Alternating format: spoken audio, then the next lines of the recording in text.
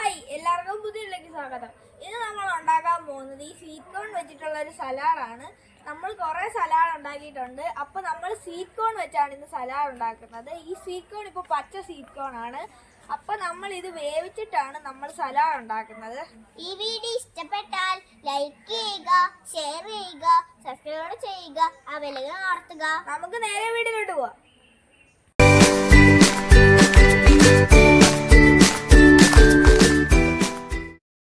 വീഡിയോയിൽ നമ്മൾ പരിചയപ്പെടുത്തുന്നതെന്ന് വെച്ചാൽ നമ്മുടെ ഈ കപ്പലണ്ടി വെച്ചിട്ട് നമ്മളൊരു മയണൈസ് റെഡിയാക്കാൻ പോവാണ്.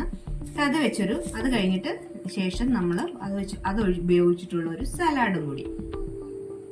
ഇതിന് നമുക്ക് 3 ഇൻഗ്രീഡിയൻസ് മാത്രം മതി. നമ്മൾ കപ്പലണ്ടി എടുത്തിട്ടുണ്ട്, അതുപോലെ തന്നെ നാരങ്ങ, പിന്നെ നമ്മൾ ഒരു 2 അല്ലി വെളുത്തുള്ളി ഉണ്ടോ, വലിയ വെളുത്തുള്ളി ആയതുകൊണ്ട് ഒരു പകുതി എടുത്തിട്ടുള്ള ഒരെണ്ണത്തിന്റെ 2 അല്ലിയാണ് എടുക്കുന്നത്. അപ്പൊ നമുക്ക് ആദ്യം തന്നെ ഈ കപ്പലണ്ടി ഒന്ന് വറുത്തെടുക്കാം.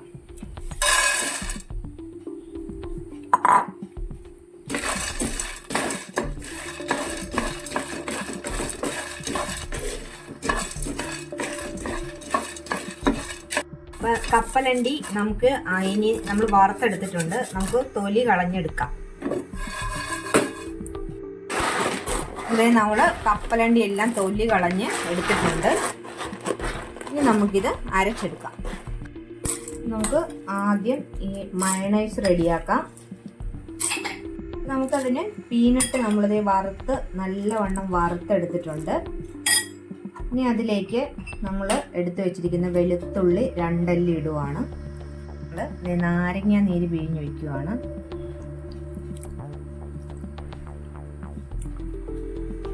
പിന്നെ ഒരൽപ്പം ഉപ്പ്, ഒരൽപ്പം ഇത് അരയാൻ വേണ്ടിയിട്ടുള്ള വെള്ളം. നമുക്ക് നന്നായിട്ട് അരച്ചെടുക്കാം.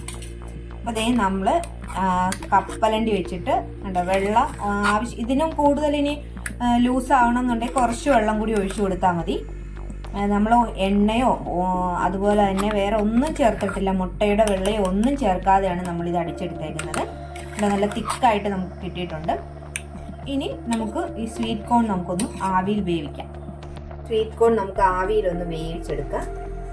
അപ്പോൾ നമ്മളത് വെക്കുമ്പോൾ നമ്മൾ ലേശം ഉപ്പും കുരുമുളക് പൊടിയും അതുപോലെ തന്നെ മുളക് പൊടിയും കൂടി ഒന്ന് മിക്സ് ചെയ്തെടുത്തിരിക്കുന്നതാണ്.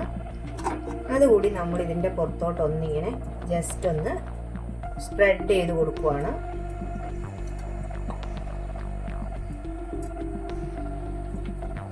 ഇനി ഇത് നമുക്ക് നന്നായിട്ട് അടച്ചു വെച്ചൊന്ന് വേവിക്കാം.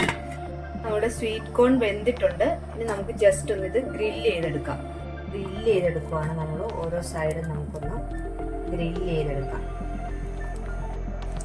അപ്പൊ നമുക്ക് ഈ സ്വീറ്റ് കോൺ എല്ലാ വശവും നന്നായിട്ടൊന്ന് ഗ്രില്ല് ചെയ്തെടുക്കാം.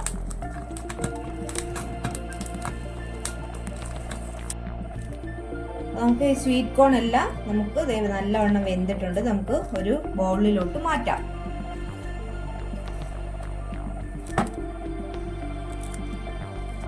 സ്വീറ്റ് കോൺ എല്ലാം എടുത്തിട്ടുണ്ട്. ആദ്യം തന്നെ നമുക്ക് ഇത് മിക്സ് ചെയ്യാം. സ്വീറ്റ് കോൺ നമ്മൾ ആദ്യം ഒരു പാത്രത്തിലോട്ട് ഇടുവാണ്. അതിനുശേഷം നമ്മളൊരൽപ്പം നാരങ്ങ നീര് അതിൻ്റെ പുറത്ത് ഒഴിച്ചു കൊടുക്കുവാണ്. പിന്നെ നമ്മൾ ഇതിലേക്ക് നമ്മൾ എടുത്തു വെച്ചിരിക്കുന്ന സവാള ചോപ്പ് ചെയ്തത് എല്ലാം ഈ സ്വീറ്റ് കോണിൻ്റെ പോലെ ചെറുതായിട്ട് എടുക്കണം. പിന്നെ ഒരു തക്കാളി, അതുപോലെ തന്നെ നമ്മുടെ കുക്കുംബർ തൊലിയോടുകൂടി ഇടാം, അല്ലാതെ ഇതുപോലെ ഇടാം, രണ്ടായാലും കുഴപ്പമില്ല.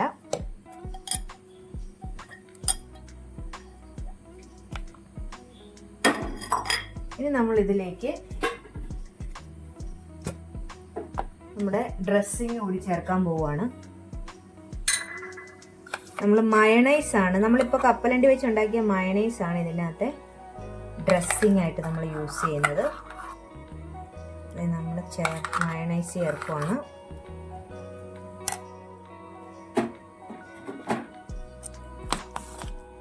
ഇനി ഇത് നന്നായിട്ട് മിക്സ് ചെയ്യുക.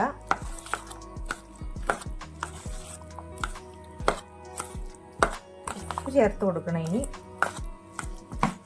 കുറച്ച് ഇതും കൂടി നമുക്ക് ചേർക്കാം.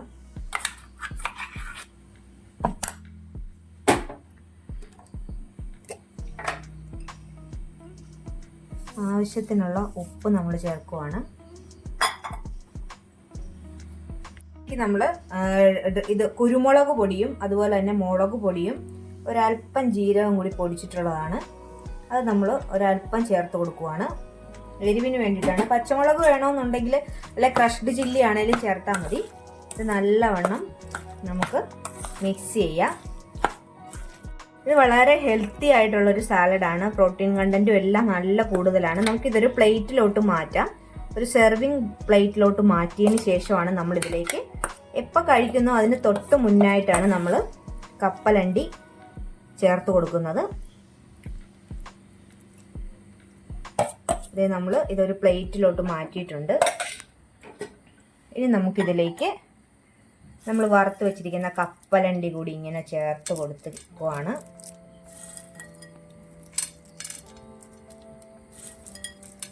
കപ്പലണ്ടി ഉണ്ടോ, ഇത് നമ്മൾ കഴിക്കാൻ നേരം മാത്രമേ കപ്പലണ്ടി ഇതിൻ്റെ പുറത്തോട്ടിട്ട് നമ്മൾ കഴിക്കാവുള്ളൂ. വളരെ ഹെൽത്തി ആയിട്ടുള്ളൊരു സലാഡാണ്.